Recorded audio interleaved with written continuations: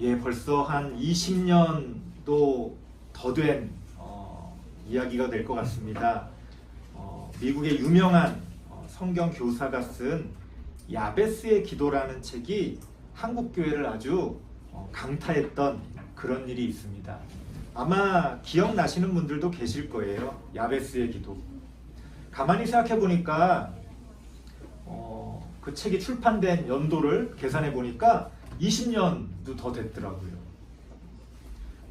그저 엊그제 있었던 일 같은데 그렇게 오래됐나?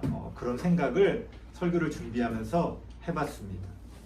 사실 이 야베스라는 인물은 성경에 나오기는 해도 그렇게 중요한 관심 대상은 아니었습니다.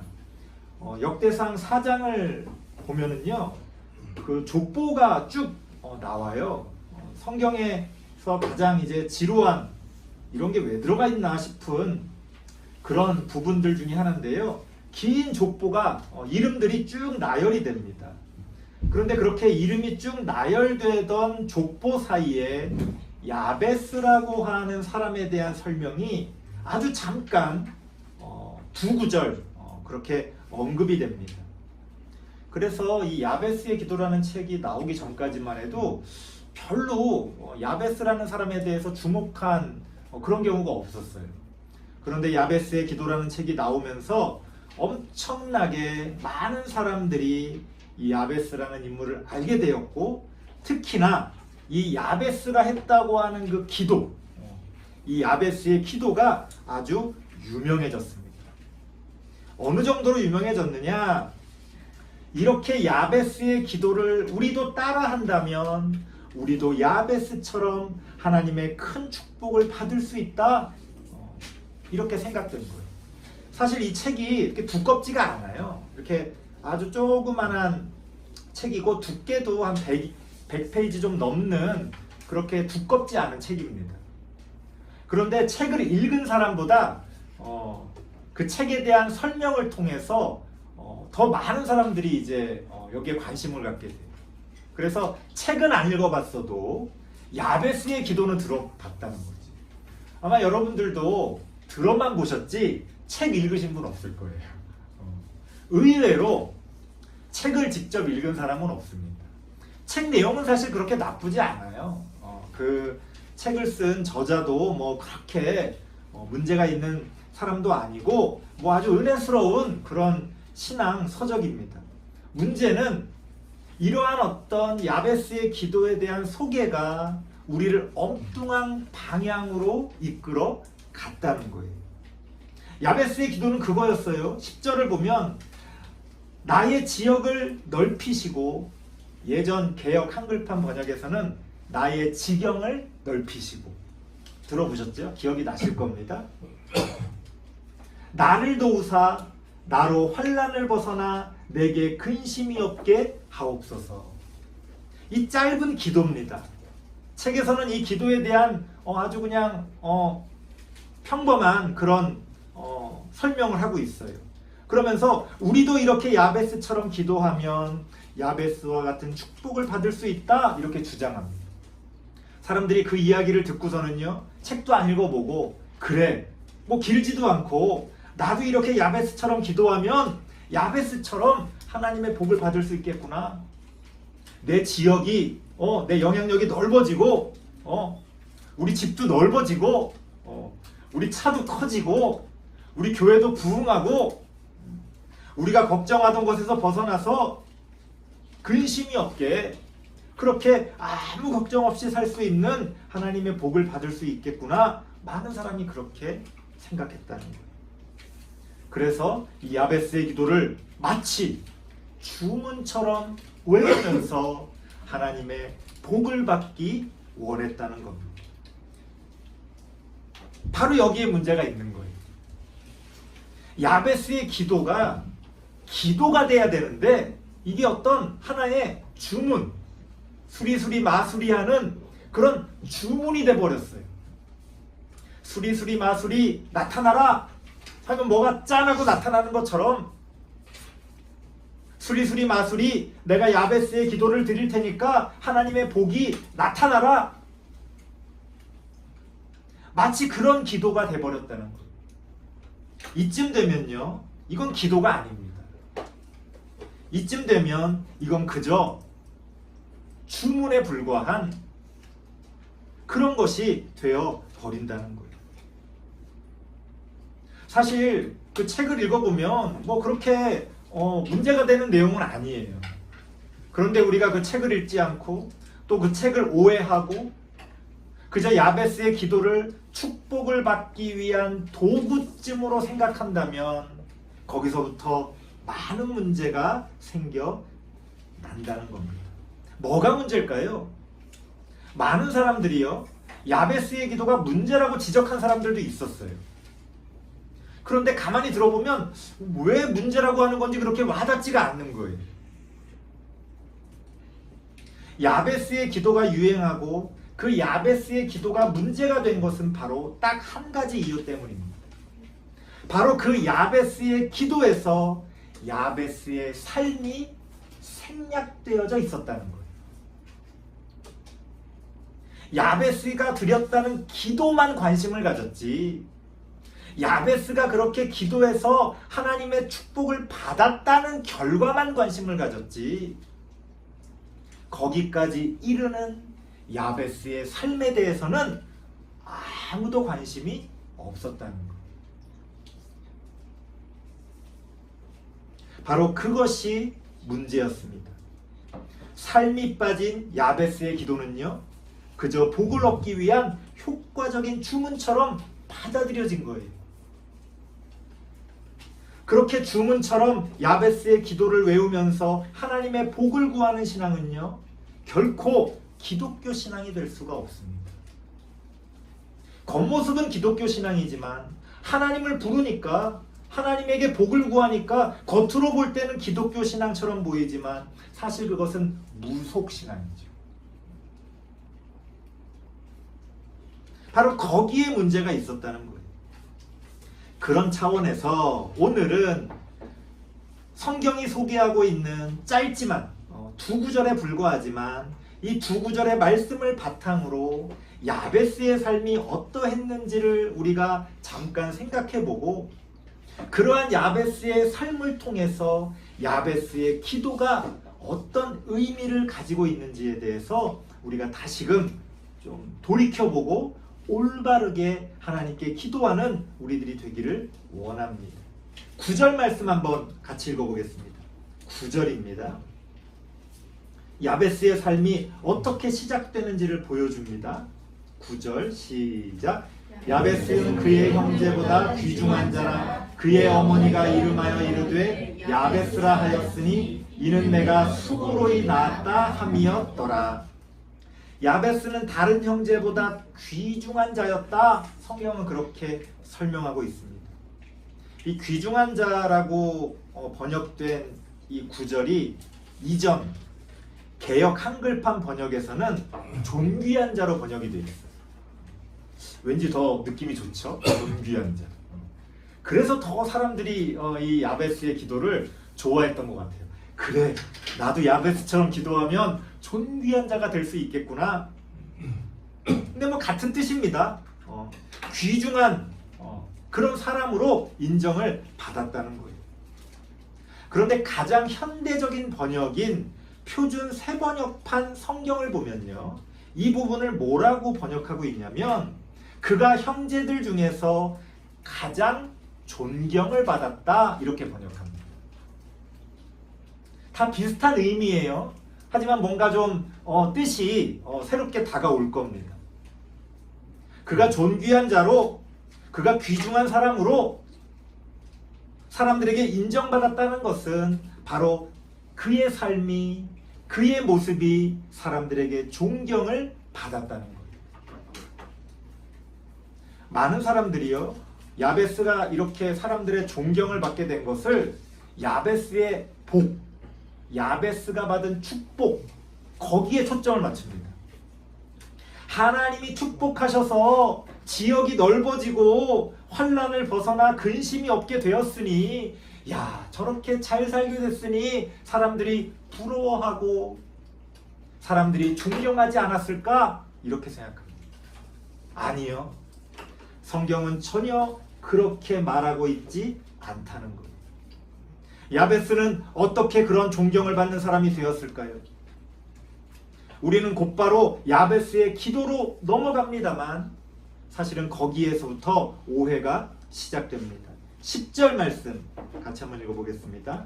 10절입니다. 시작.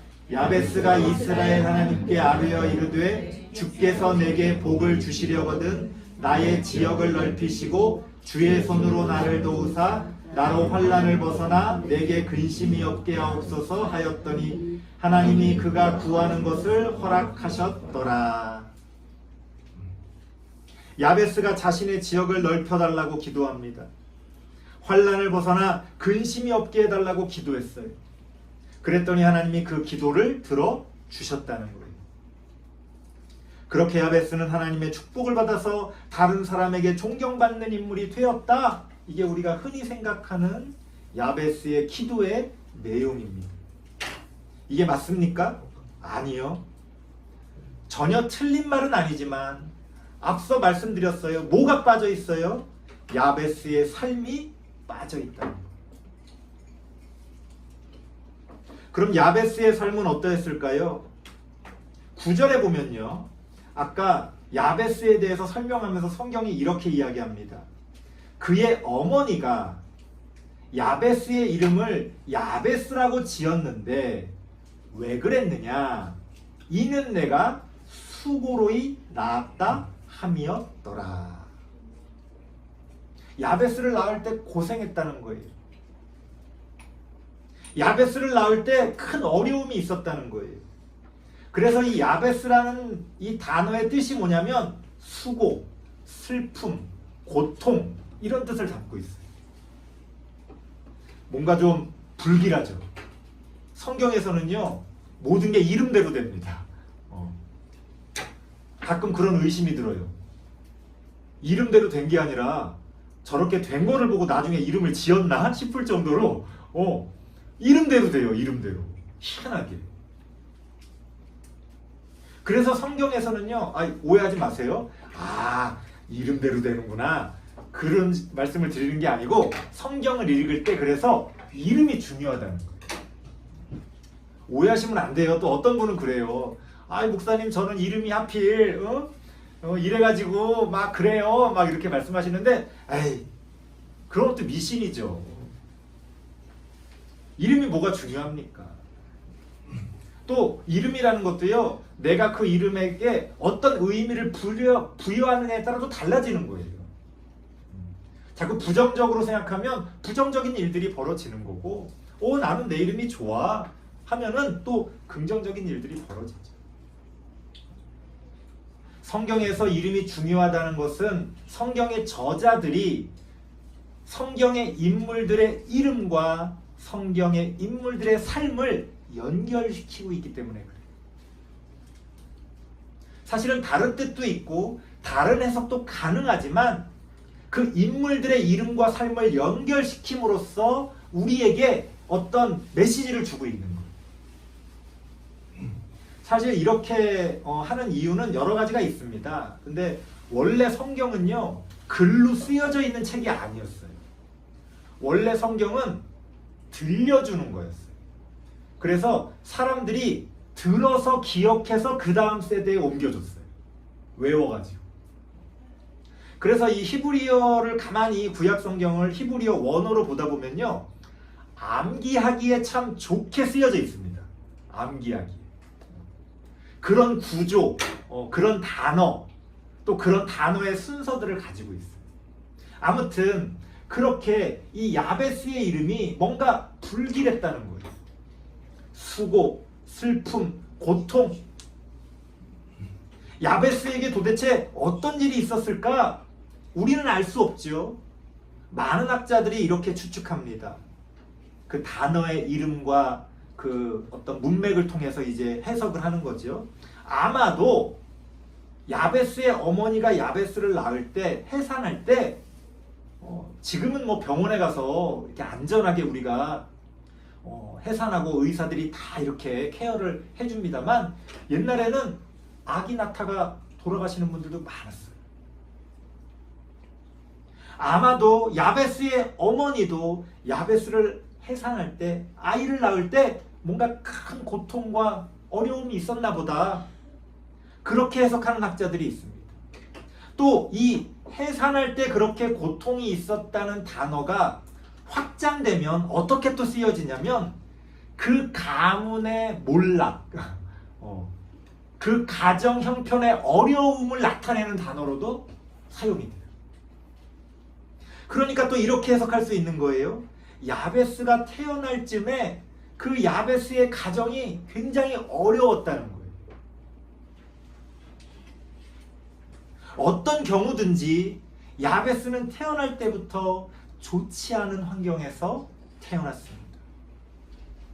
그의 삶은 남들이 부러워할 만한 어린 시절을 겪지 않았다는 거예요. 오히려 억울하고 오히려 공평하지 못하다고 생각될 정도로 남들보다 큰 고통 가운데서 어린 시절을 보냈다는 겁니다. 자, 그러면 그 이후의 삶은 좀 괜찮았을까요? 야베스의 기도의 내용을 보면 야베스의 삶이 어떠했는지를 추측할 수가 있어요. 10절에 보니까 야베스가 뭐라고 기도해요? 나의 지역을 넓히시고. 그 말의 의미는 지금 어떻다는 거예요? 지역이 넓지 않다는 거죠. 남들보다 좁다는 거예요. 남들보다 가지고 있는 게 없다는 거예요. 또 뭐라고 기도합니까? 환난을 벗어나 근심이 없게 하옵소서. 이렇게 기도한다는 건 지금 야베스의 삶이 어떻다는 거예요? 환난이 가득하다는 거예요. 근심이 가득하다는 거예요. 먹고 살만하고 사는 게 괜찮으면 뭐하러 이렇게 기도하겠어요? 야베스의 삶은요, 태어날 때부터 어려웠고 그러다 보니 너무나 당연하게도 그 이후의 삶이 계속해서 어려움의 연속이었다는 거예요. 야베스는 이 기도를 한 번만 했을까요? 마치 주문처럼 자, 이렇게 기도하면 하나님이 복을 주시겠지. 자, 나의 지역을 넓히시고 주의 손으로 나를 도우사 나로 환난을 벗어나 내게 근심이 없게 하옵소서. 짜잔! 했더니 하나님이 복을 주셔서 갑자기 로또 당첨되듯이 야베스의 삶이 하루아침에 180도 달라졌습니까? 아니라는 거예요. 이 기도를 가만히 읽어보세요. 그 10절의 앞부분을 보세요. 기도할 때 뭐라고 기도를 시작하는지 한번 보세요. 주께서 내게 복을 주시려거든. 무슨 말이에요? 이 기도를 평생 했는데 응답이 없는 거예요. 그러니까 나중에 어때요? 같은 기도 계속 하면서도 어때요? 아이고, 이제는 복을 주시든지 말든지 근데 주시려거든 이렇게 해주세요. 사실 이 기도의 이 시작을 보면 별로 기대가 담겨있지 않아요. 우리는 뭐라고 가르칩니까? 믿고 기도해라. 받을 줄 믿고 기도해라 이러잖아요. 안 믿고 기도하면 하나님이 그 기도를 들어주시냐. 받은 줄 믿고 기도해라. 이런 이야기 우리가 얼마나 많이 들어요. 야베스는 어때요? 복을 주시려거든. 벌써 시작이 틀렸어. 이게 지금 우리 한국교회에서 이렇게 기도드리면 혼납니다. 야베스는 이 기도를 한 번 했는데 하나님이 응답해 주신 게 아니에요. 힘들고 어려울 때마다 아마도 어렸을 때부터 계속해서 하나님께 기도하지 않았을까 추측을 해봅니다. 하지만 우리와 마찬가지로 보통의 우리의 삶과 마찬가지로 그 기도가 그렇게 바로 응답되지 않았다는 거예요. 하나님 도와주세요. 하나님 이런 것들을 채워주세요. 하나님 이런 걸 고쳐주세요. 우리가 기도한 대로 모든 것들이 척척척척 이루어집니까? 아니죠. 그럼에도 불구하고 기도할 수밖에 없는 삶이 야베스의 삶이었다는 거예요. 우리도 그렇잖아요. 어느 것 하나 붙들 수 없는 상황에서 하나님을 붙들 수밖에 없는 그런 상황이 얼마나 많습니까? 기도할 수밖에 없는, 기도가 저절로 나오는 바로 그러한 삶, 바로 야베스의 삶이 그런 삶이었다는 것. 우리가 부러워할 만한 삶이 아니지. 우리는 야베스의 기도와 그 마지막 결론, 야베스가 그 기도를 했는데 하나님이 응답해 주셨다, 그래서 하나님의 복을 받았다, 그것만을 생각하지만 야베스의 삶을 생각한다면 과연 우리가 야베스의 기도를 부러워할까요? 그래? 너가 야베스의 기도를 하고 야베스와 같은 그런 삶을 살고 싶어? 야베스의 삶을 보면 전혀 아니에요. 그것이 바로 야베스의 삶과 기도였다는 거예요. 특히나 마지막 10절의 마지막 구절을 보십시오. 하나님이 그가 구하는 것을 허락하셨더라. 굉장히 의미심장한 말입니다. 하나님이 그가 구하는 것을 다 주셨다, 이게 아니고 허락하셨다는 거예요. 무슨 말이냐? 야베스의 삶은요, 하나님께 복받은 삶을 살기 위해 노력하는 삶이었어요. 어렵게 태어나서 몸이 약했지만 건강하게 살고 싶어서 열심히 운동도 하고 열심히 자기 관리도 하고 최선을 다해서 자신의 삶을 살았던 사람이었어요. 어려운 환경에서 자랐지만 그래도 넉넉한 삶을 누리고 싶어서 열심히 일하고 열심히 돈도 벌고 열심히 수고하고 그렇게 다른 누구보다도 열심히 산 사람이었어요.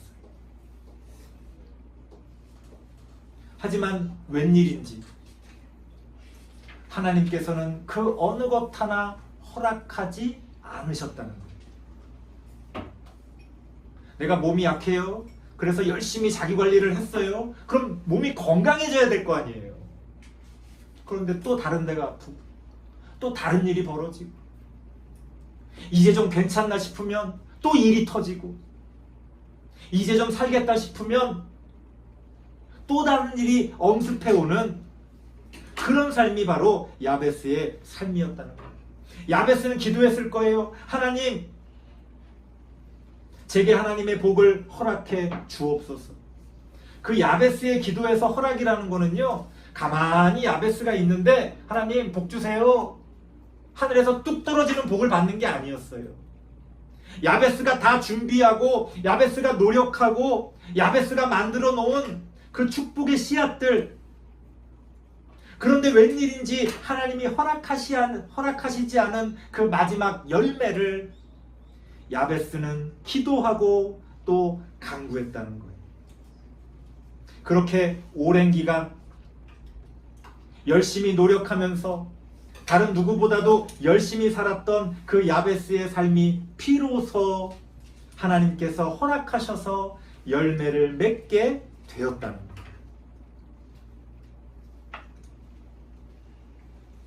바로 그런 야베스의 삶이 있었기 때문에 이제 앞으로 넘어가면 야베스가 다른 형제보다 귀중한 자, 다른 형제보다 존귀한 자, 다른 사람들에게 존경받는 그런 사람이 될 수 있었다는 거예요. 여러분 생각해 보세요. 우리가 오늘날 어떤 위인들, 누구를 위인이라고 말하고 존경합니까? 태어날 때부터 부자로 태어나서 계속 잘 먹고 잘 살다가 평생 부자로 늙어 죽었다. 그래서 그런 사람이 위인이 될 수 있어요? 아니죠. 누구보다도 어려운 상황에서 열심히 노력했지만 수많은 고난을 겪었던 어떤 사람이 결국 마지막에 자신이 원하는 것을 이루게 되었을 때 우리가 대단하다, 위대하다, 그 사람을 우리가 존경하는 거 아닙니까? 바로 야베스의 삶은 그런 삶이었다는 거예요. 그렇게 야베스는 귀중한 자, 존귀한 자가 되었다는 거예요. 그렇게 야베스는 사람들에게 존경받는 인물이 될 수 있었다는 겁니다. 바로 그런 삶이 있었기 때문에. 그런데 우리는 거기서 기도만 딱 떼와가지고 야베스가 이렇게 기도했으니까 복받아서 남들이 부러워하는 이런 존귀한 사람, 귀중한 사람, 존경받는 사람이 되었구나. 우리는 그 열매만 쏙 따먹으려고 하는 거예요. 그러니까 잘못됐죠. 그래서 기도라는 것은요, 단지 기도를 잘한다고 응답받는 게 아니에요. 기도를 열심히 한다고 응답받는 게 아니에요. 많은 분들이 착각을 합니다. 기도는요, 내 삶과 연결이 되어져 있어요. 만약에 내 삶과 연결되어져 있지 않은데 응답받은 기도가 있다면 그건 하나님의 응답이 아니에요. 그거는 무속적인 신앙의 응답이죠. 그런 응답의 열매는요, 내 삶을 살찌우질 않고 나를 타락시킵니다. 나의 주변을 풍요롭게 만들지 못하고 상처를 주고 오히려 어떤 어려움들을 더 만들어요. 살리는 그런 어떤 복이 되지 못하고 죽이는 복이 된다는 거. 차라리 그런 복을 받지 않았으면 더 좋았을 뻔했다. 어떤 사람이 높은 자리에 올라갔는데 내가 하나님께 기도해서 내가 이렇게 높은 자리에 올라갔다라고 말했을 때 그 높은 자리에 올라간 사람 때문에 여러 사람이 다치고 어려움을 겪는다면 그건 하나님의 기도의 응답이 아닌 거죠.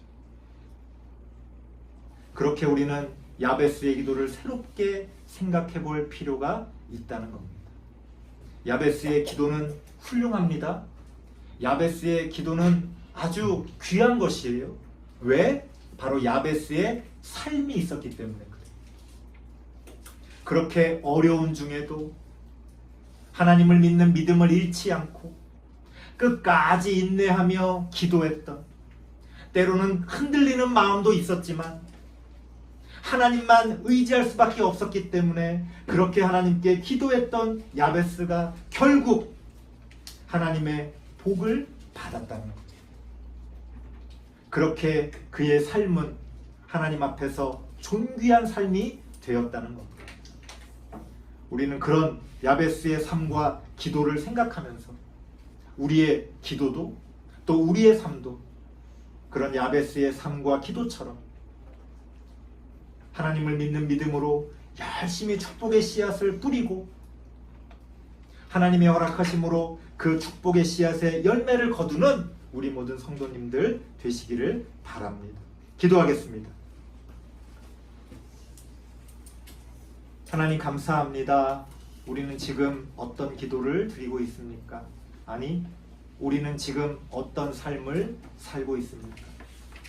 우리의 삶과 우리의 기도는 어떻게 연결되어져 있습니까?